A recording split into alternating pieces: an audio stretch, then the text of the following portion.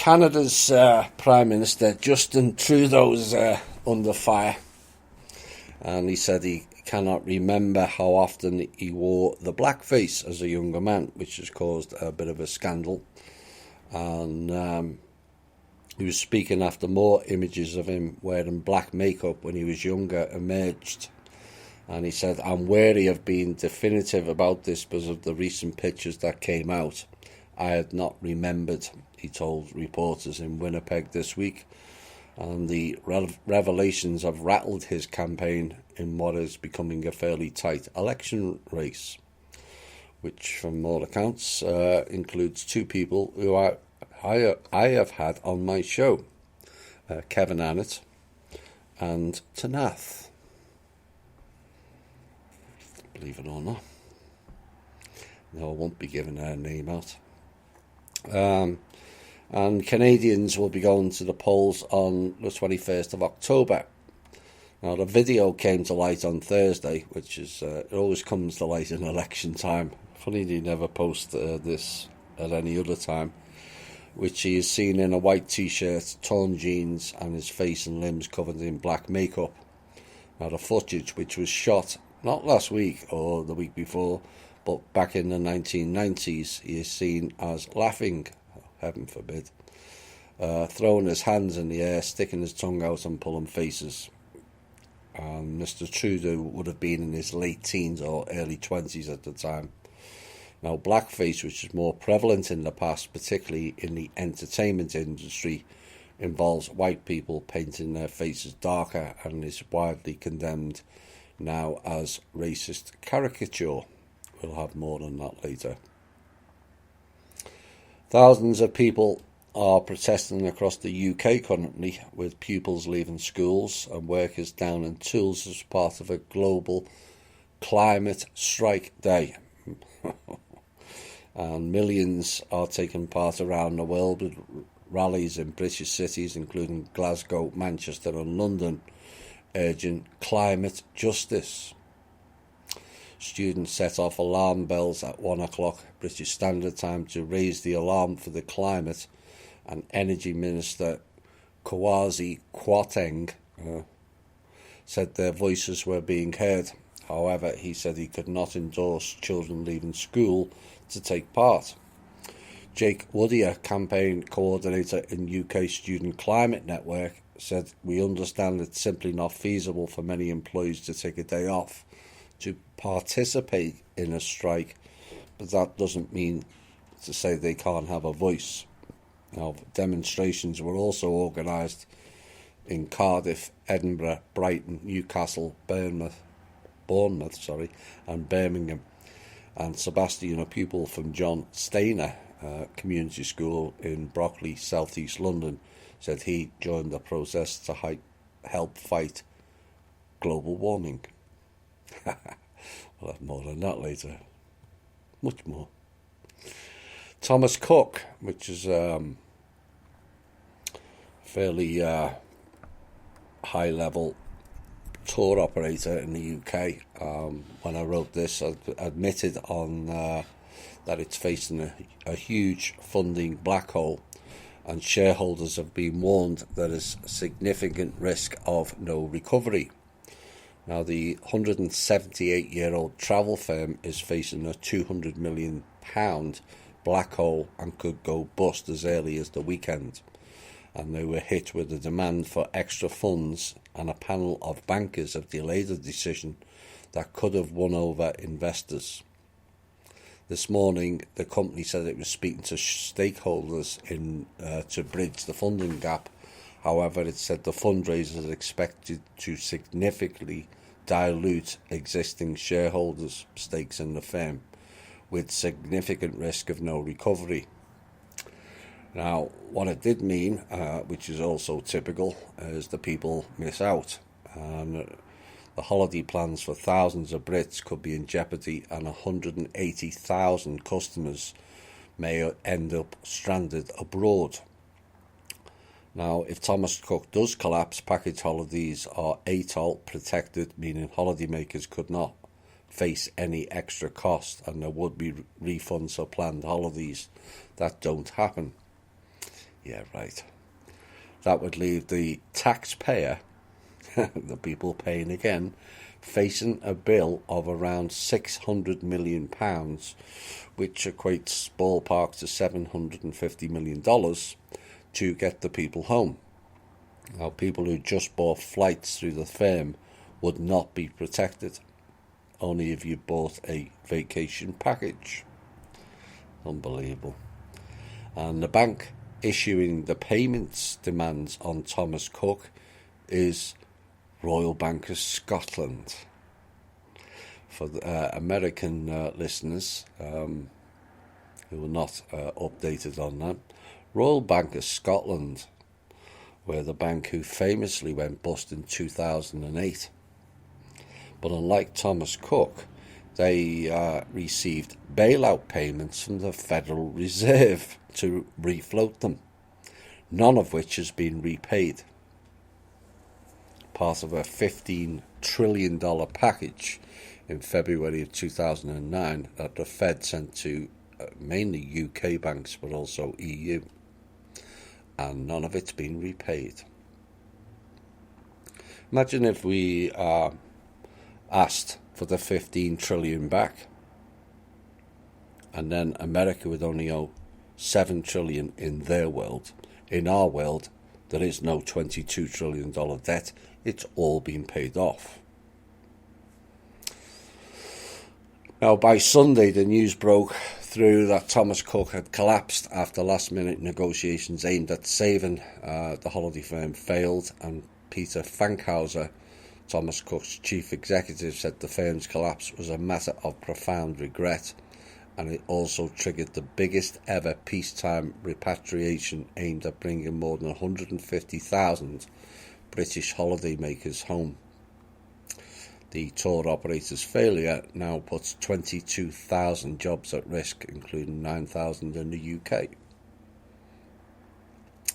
Yemen, another one who have been Houthi rebels who have been on strike, announced a halt to strikes against Saudi Arabia, adding that they expect reciprocal steps from Riyadh. And the ceasefire offer comes days after a major attack on Saudi oil refineries claimed by the Houthis. Now, the televised announcement was made on Friday by Mahdi al-Mashat, the head of the Houthi Political Council in Sana'a, and it comes as the Saudi-led coalition launched a massive operation against legitimate military targets, it said, north of the port of Hodeidah, which is in southwestern Yemen.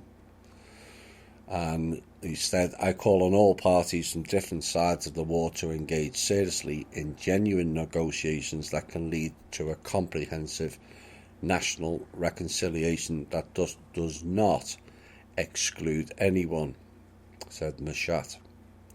Well, of course, we covered that extensively of what actually took place and why it took place in the Intel last week. And it said if the Saudis ignore the ceasefire offer and continue bombing, the group reserves its right to respond. United Nations coming under fire, not just by puppet kids either. This week it's been urged by more than 1,000 of its employees to reduce its own carbon footprint by cutting down on perks.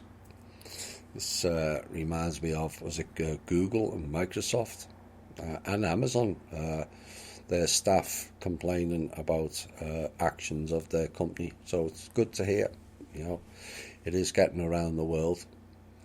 And they're requesting that they cut down on perks such as business class flights and travel allowances. And staff members are calling on the organisation to take a leaf out of its own climate change manual and make changes to address the group's carbon footprint. And this letter was sent and addressed to UN Secretary General Antonio Guterres.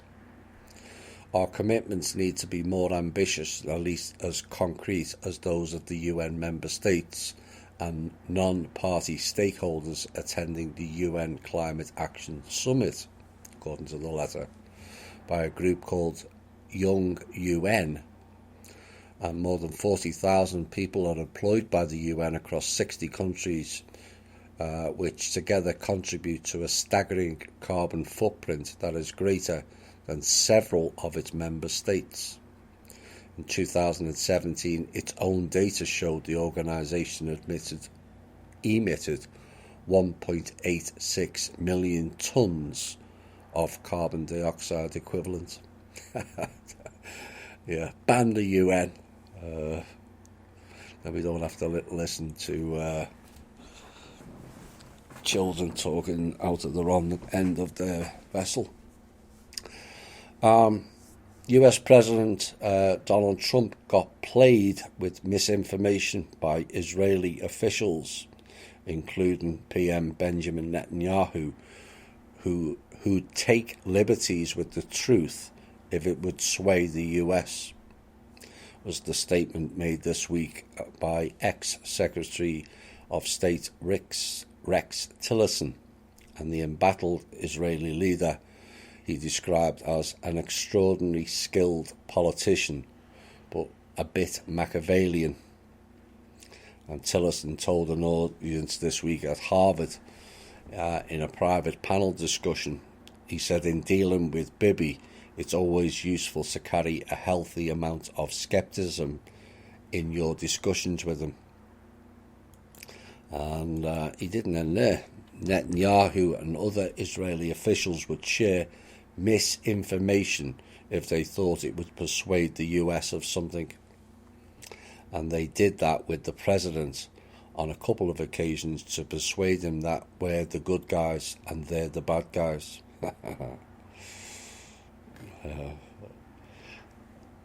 I welcome Mr. Tillerson saying that, as we on this show have said it for a long time.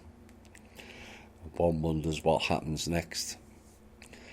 And he said, we later exposed it to the president so he understood you have been played. It bothers me that an ally, that's a laugh, that's that close and important to us would do that to us. Yeah, remember 1967, that's what allies do. And Tillerson lamented that he was shoved out of the way regarding Middle East policy so that Trump's son-in-law, Jared Kushner, could draft the Israeli-Palestinian peace plan, and the unveiling of which may be postponed yet again as Netanyahu seemingly failed to secure another term as PM. Yes, he lost the votes, but they're now still pushing him forward, and all it proves is that voting counts for nothing, does it not? So kudos to Mr. Tillerson for telling the truth and also working it out, because there's many who can't. Where are we going next? Pharmaceuticals. Torrent Pharmaceuticals is expanding a recall of blood pressure medication possibly tainted with cancer-causing chemicals. And the expansion is the fifth by Torrent, involving widely used Losartan potassium tablets, which are sold nationwide, Losartan. And regulators first moved to pull heart drugs with potentially deadly contaminants from store shelves last year.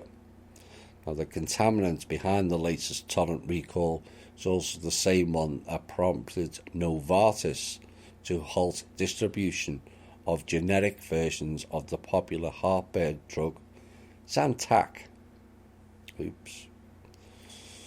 And Torrent on Thursday said it was recalling an additional 5 lots of medication used to treat hypertension after the discovery in the tablets of a chemical called NMBA.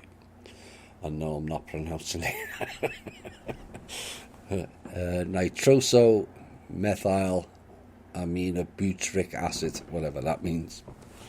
Either way, it causes cancer.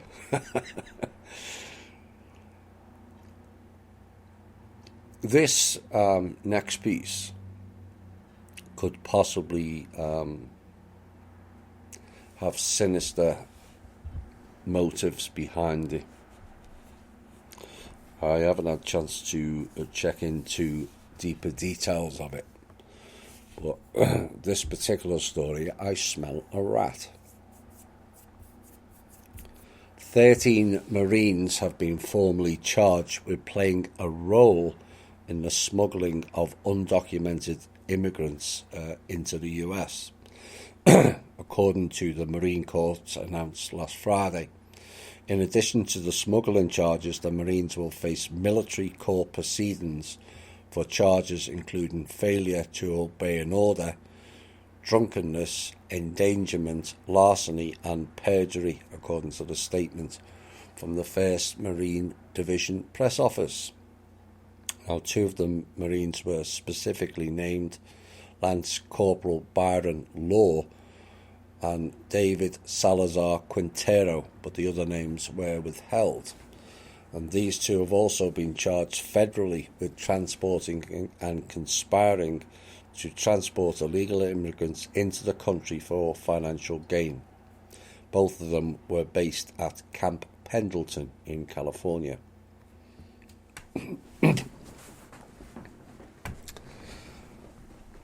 The Epstein story rolls on, and those Blue Dragon clowns in the UK are now expressing concerns. MI6 fears Russia could have damaging information about Prince Andrew's alleged relationship with one of Jeffrey Epstein's underage sex slaves after a sheriff with access to the investigation moved to Moscow. Smart move. And the British intelligence agency reportedly thinks that they have embarrassing information about the royals' relationship with Virginia Roberts Giuffre. And the newspaper quotes a security source who claims that the British spies fear that Russia may have obtained dirt on Prince Andrew from a former Palm Beach County Sheriff's deputy. Now, the ex-deputy John Mark Dugan is an American who sought asylum in Moscow in 2016. Dugan, who also served in the United States Marine Corps, worked for the Palm Beach County Sheriff's Office in 2005. And the same year, it started its investigation into Epstein. Now, the 36-year-old alleges she was coerced by pedophile US businessman Jerry Epstein, who is a friend of Prince Andrew, into having sex with Andrew on 3 occasions. And she said, "I know their faces and I know what they've done to me."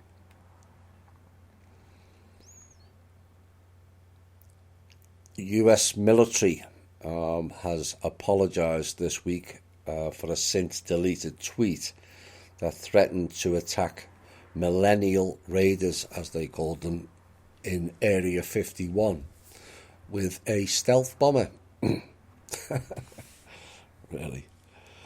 The Defense Visual Information Distribution Service, jokingly it says, taunted the UFO fans that gathered at Area 51 military base in Nevada to storm the base rumoured to house government secrets about aliens on Friday, alluding that they would be confronted with a B-2 stealth bomber. And it said the last thing #millennials will see if they attempt to raid Area 51.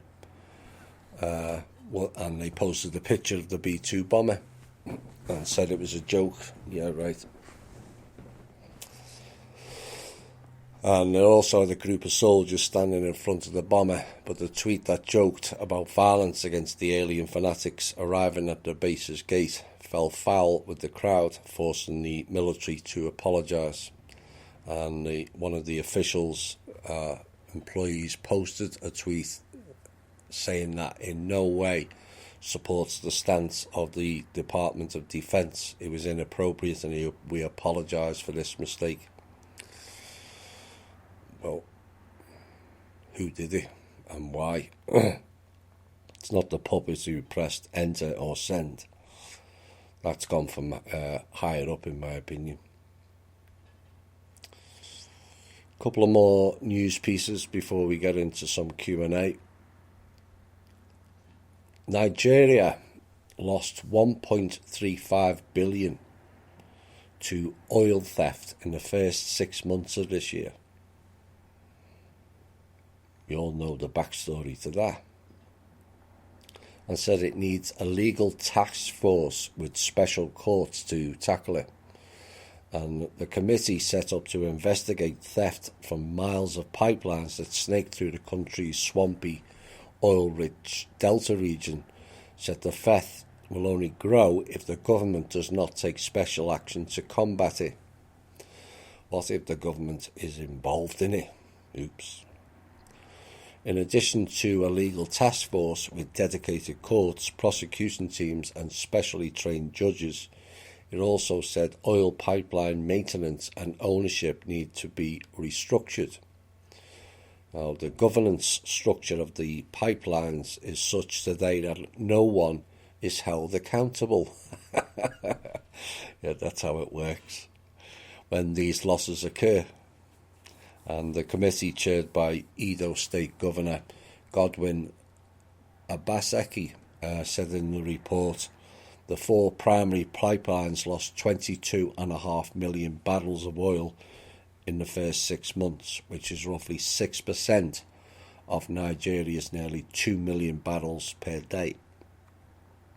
And the committee also cited a lack of fuel stations in most of the oil-producing communities around the Niger Delta, which it said made them resort to oil theft and illegal refining. And the recommendations will go to the President, Mr. Buhari, who controls the country's petroleum portfolio. Like I said, they're all involved in it. They're all getting a little cut, like what happened in Iraq. Same in Nigeria, same in Saudi. Children, last news item. Children as young as 6 are being taught about touching or stimulating their own genitals as part of classes that will become compulsory in hundreds of primary schools in the UK. Some parents believe the lessons part of a controversial new sex and relationships teaching programme called All About Me are sexualising their young children. All About Me is being rolled out across 241 primaries in Warwickshire County Council and could be adapted by other local authorities next year as part of the government's overhaul of relationship and sex education. The council bought Spring Fever, which is a Dutch sex education programme for 4-year-olds to 11-year-olds, which provided the blueprint from which they helped develop the All About Me lesson plans. More about that later.